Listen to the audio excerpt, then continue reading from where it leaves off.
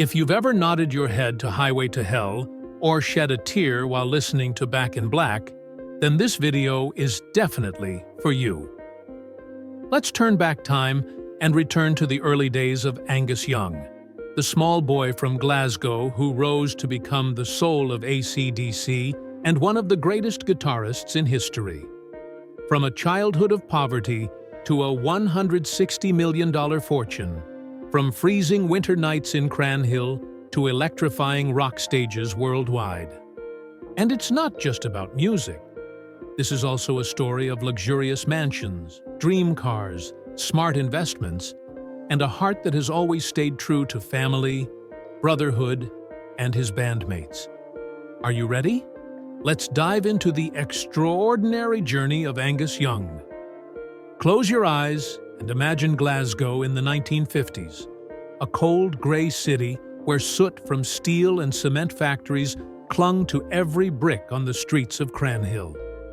The air was thick with the smell of burning coal and machine oil. In winter, the wind howled through the narrow alleys, creeping into old, damp houses with moss-covered brick walls. This was where Angus Young was born. On March 31st, 1955, the youngest of 8 siblings, crammed into a small house at 6 Skerryvore Road. If you grew up in the 50s or 60s, you might remember those bitterly cold winters when the whole family gathered around the fireplace, hoping that tomorrow would be a little better. The Young family knew poverty all too well. Angus's father, William Young, was a World War II veteran.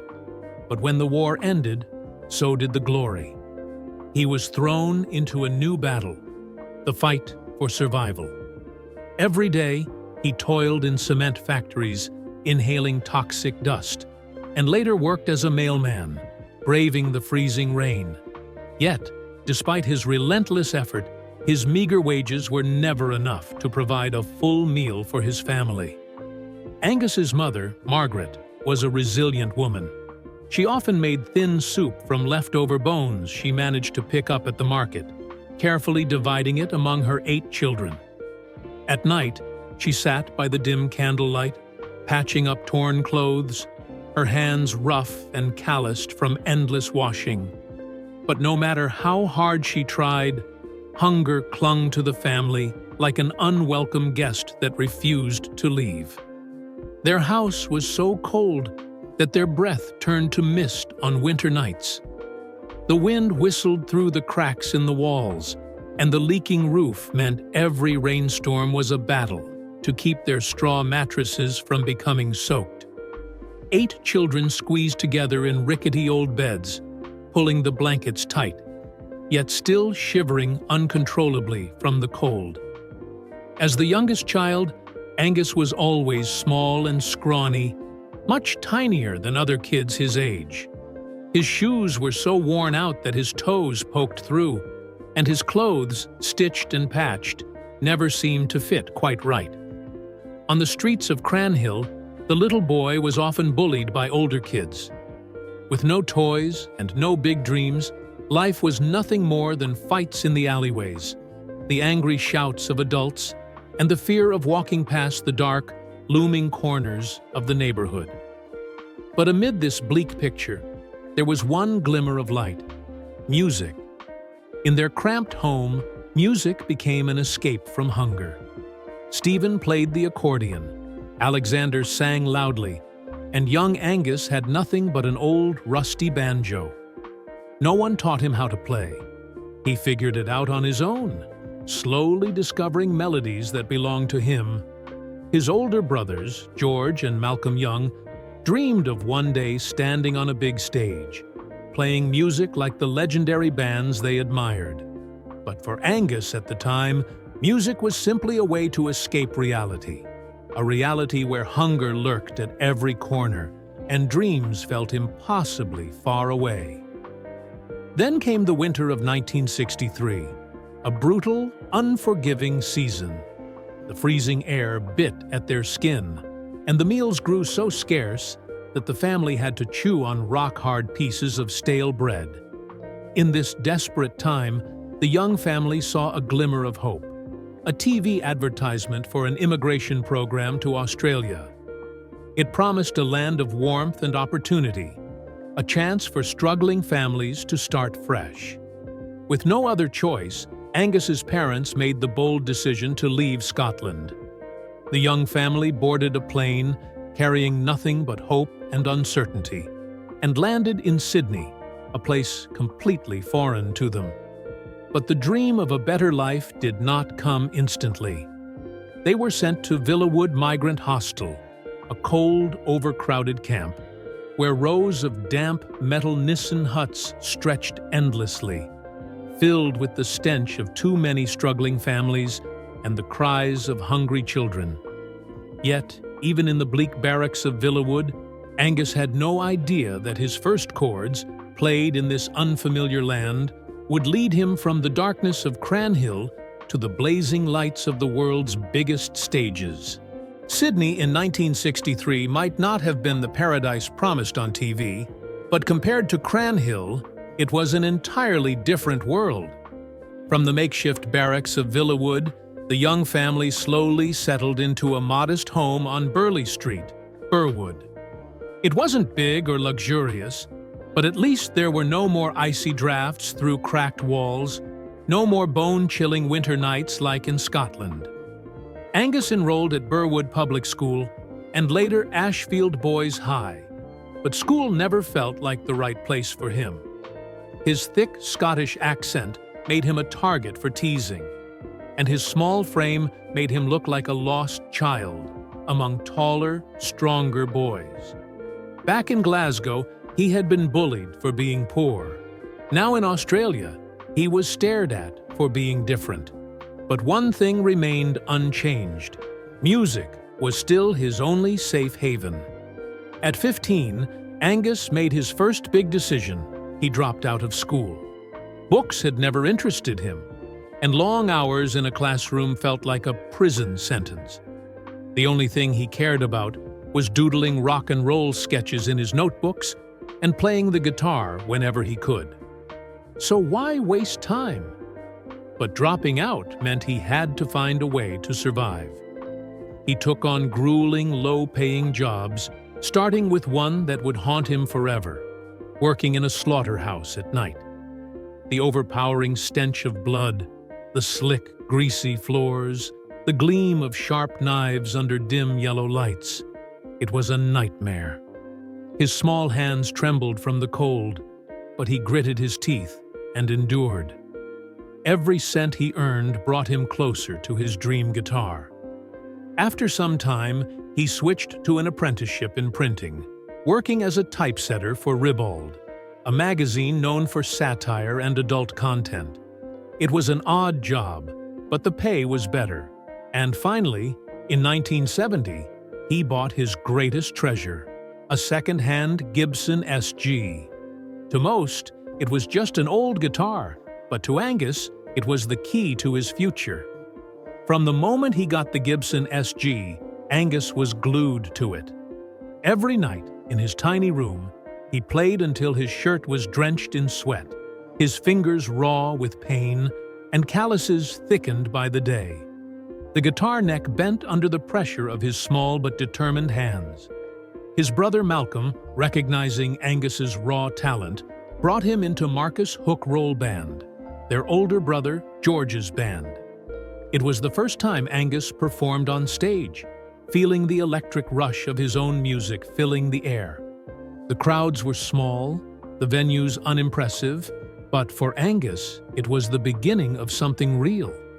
By 1973, at 18 years old, Angus and Malcolm decided to form their own band.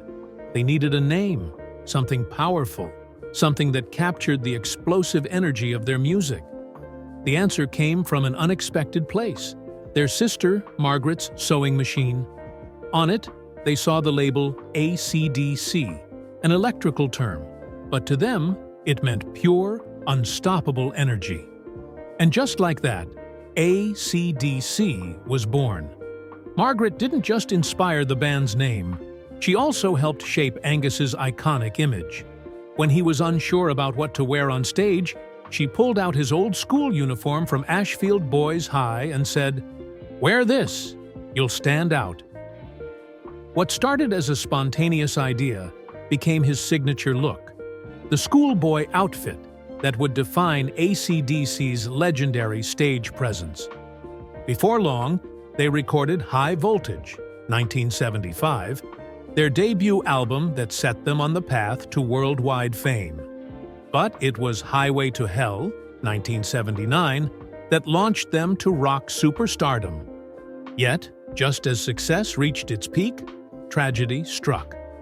In February 1980, lead singer Bon Scott suddenly passed away, leaving an irreplaceable void. Angus was devastated. A CDC stood on the brink of collapse. But together with Malcolm, Angus refused to let their dream die. They searched for a new voice, determined to keep moving forward. The result was Back in Black, a tribute to Bon Scott, a defiant statement that AC/DC would live on. The album sold over 50 million copies, becoming the second best-selling album of all time, only behind Michael Jackson's Thriller. From a tiny, bullied Scottish boy in Cranhill, Angus Young rose to become one of the greatest guitarists in rock history. And if you've ever chased a dream, fought through hardship, and refused to give up on what you love, then maybe you see a little bit of yourself in this story. Because in the end, Angus didn't just play the guitar. He played his entire life with relentless passion and an unbreakable love for music. From poverty to $1 million dream. When young Angus Young left Cranhill in the bitter cold of 1963, he could never have imagined that one day he would own a $160 million fortune. From hunger-filled days and tattered shoes with toes sticking out, he now possessed the kind of wealth people could only dream of while staring through the glass of a record store. Money, fame, and a luxurious life across both hemispheres. Yet, despite reaching the pinnacle of success, Angus never forgot his struggles. Perhaps that's why, amid the millions of dollars and bright stage lights, there still remained a part of him as simple as the poor boy he once was. The only difference being that he no longer had to fear hunger, and his rock and roll dream had come true. Million-dollar real estate, from Glasgow to his own castles. Angus once crammed into a tiny house in Glasgow with 8 siblings, where every rainstorm was a nightmare. But now, he could stand on the balcony of his private mansion, gazing over vast gardens with the sunlight shimmering on the ocean in the distance. Alton Mansion, Netherlands. In 2007, Angus and his wife Ellen built a magnificent estate in Alton, Netherlands. The mansion, painted in a vibrant orange gold, resembled a classic European castle, with sturdy black iron gates and a gravel driveway leading to the front courtyard. Inside, a private recording studio allowed Angus to play his guitar without interruptions, while the expansive backyard was perfect for hosting guests. The rooms, designed in a vintage style, featured intricately carved wooden walls, adding a touch of old-world charm. Kangaroo Point Mansion, Sydney. On the other side of the world, Angus owned another estate in Kangaroo Point, Sydney, valued at $5.5 million, spanning 6,196 square feet. The property was not just a vacation retreat, but a fortress of privacy. A glimmering outdoor pool, a spacious sports court, 5 cozy fireplaces, and an outdoor kitchen for classic Australian BBQ parties made it the perfect getaway. Cars, from dusty streets to million-dollar machines. As a child, Angus had to walk along dusty Cranhill roads, sometimes without even a proper pair of shoes. But now, he could press the accelerator and speed away in high-performance machines, ranging from classic beauties to modern supercars. Bentley 4.5-liter, 1930s. The vintage gem. One of the crown jewels in Angus's collection was a rare 1930s Bentley, valued at $1 million. With its aristocratic British design, luxurious leather interior, and wood-paneled dashboard, it remained a powerful beast despite being nearly a century old.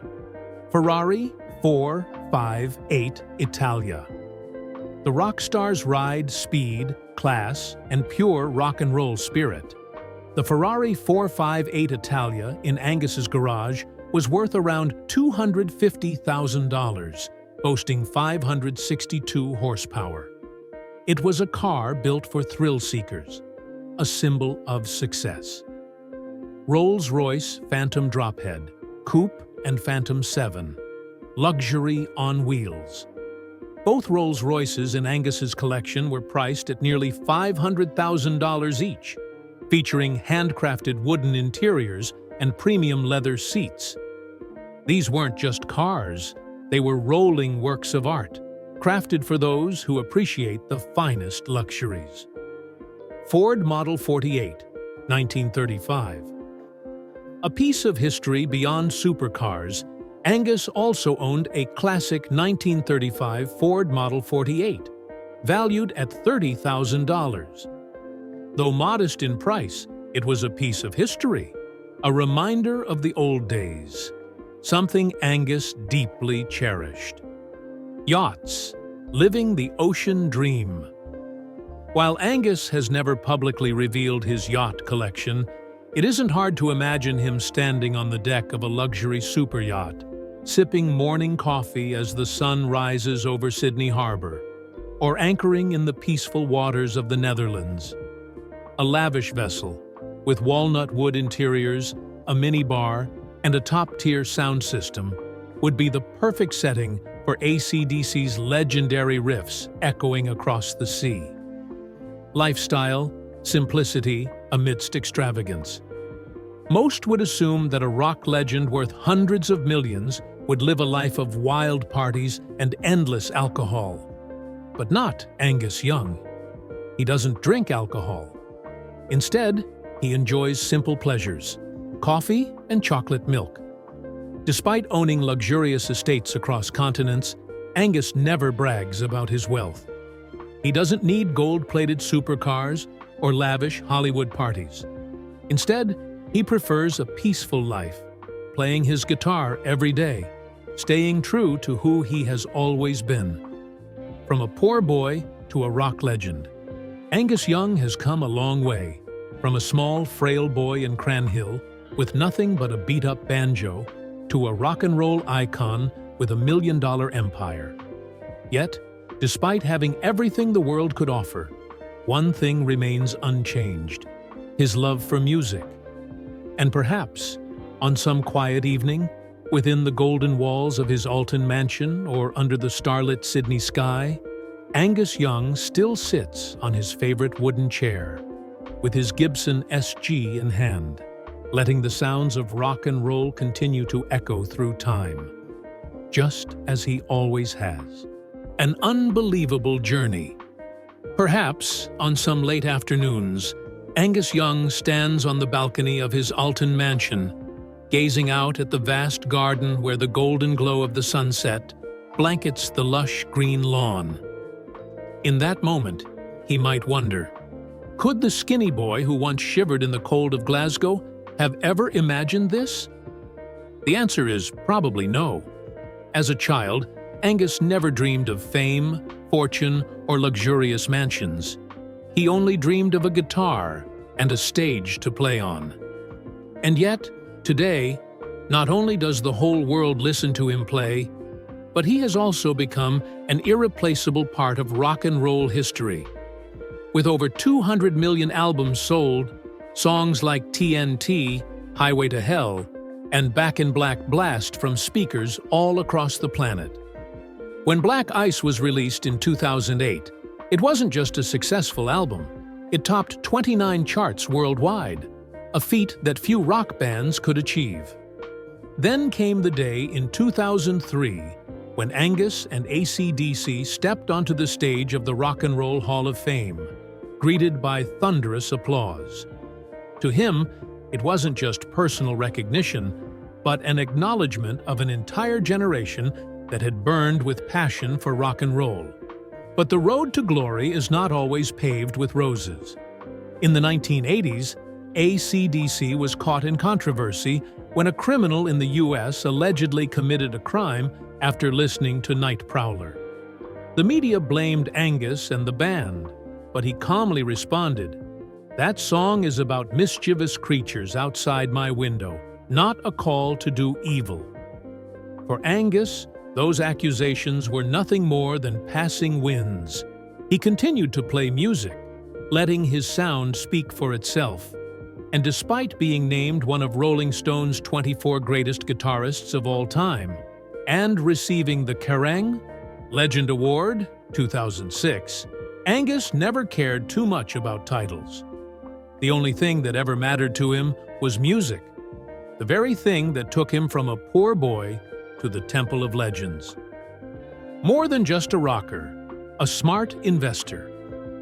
People often assume that rock stars only know how to burn money on cars, parties, and endless extravagance. But for Angus Young, money was never something to be wasted.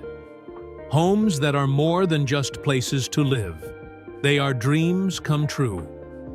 The Alten Mansion in the Netherlands, where he and his wife Ellen enjoy peaceful days, is not just a property. It is Angus's private sanctuary.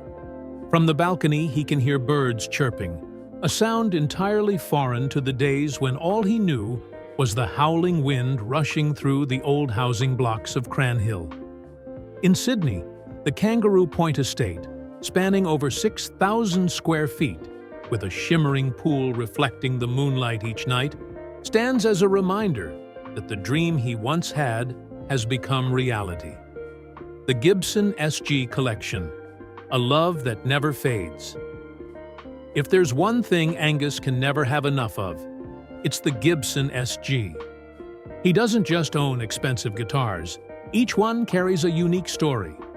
The Gibson SG, 1969 to 1971. The guitar that saw him through the early struggles. The SG-72, Bolt On, his loyal companion on countless stages. The Gibson Angus Young Signature SG, a model bearing his signature touch, something any guitarist would dream of owning. To Angus, these guitars are not just possessions, they are a part of his soul. Every time he picks one up, whether in the studio or on stage, he is transported back to the days when he was just a boy, diligently practicing in a cramped room. A big heart behind a tough exterior. Great artists are remembered not only for their music, but also for what they leave behind for the world. Angus Young may not talk much about his charitable work, but his actions speak louder than words. In 2019, he donated $19,260 to the Alzheimer's Society of Ontario in memory of his brother, Malcolm Young, his lifelong companion in AC/DC. To many, it was just a sum of money, but for Angus, it was a way to keep a part of Malcolm alive forever. He has also quietly supported various charities, from educational funds for children to organizations helping the elderly. No press conferences, no social media posts, because for Angus, giving isn't about being seen, it's about doing what's right. But perhaps the greatest thing Angus has given the world isn't money or awards, it's inspiration. He is living proof that you don't need to come from wealth. You don't need someone to pave the way for you. Just a guitar, a burning passion, and a little bit of madness, and you can change the world. And finally, a rocker who never grows old. Maybe, on some quiet evening, Angus Young will step out into the backyard of his Alten Mansion, take a sip of hot coffee, and gently pick up his Gibson SG.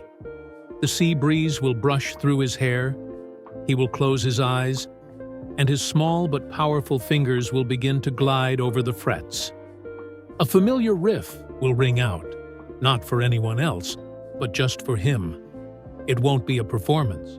It will be a reminder that no matter how far he has come, no matter what he has achieved, he is still just a boy who loves rock and roll, just like on the very first day. From a skinny kid shivering in the cold of Glasgow, Angus Young has stepped onto the biggest stages in the world, becoming a living legend with hundreds of millions of albums sold, luxurious mansions, expensive cars, and a musical legacy unmatched by any. But beyond all of that, what makes him truly great is not money or fame.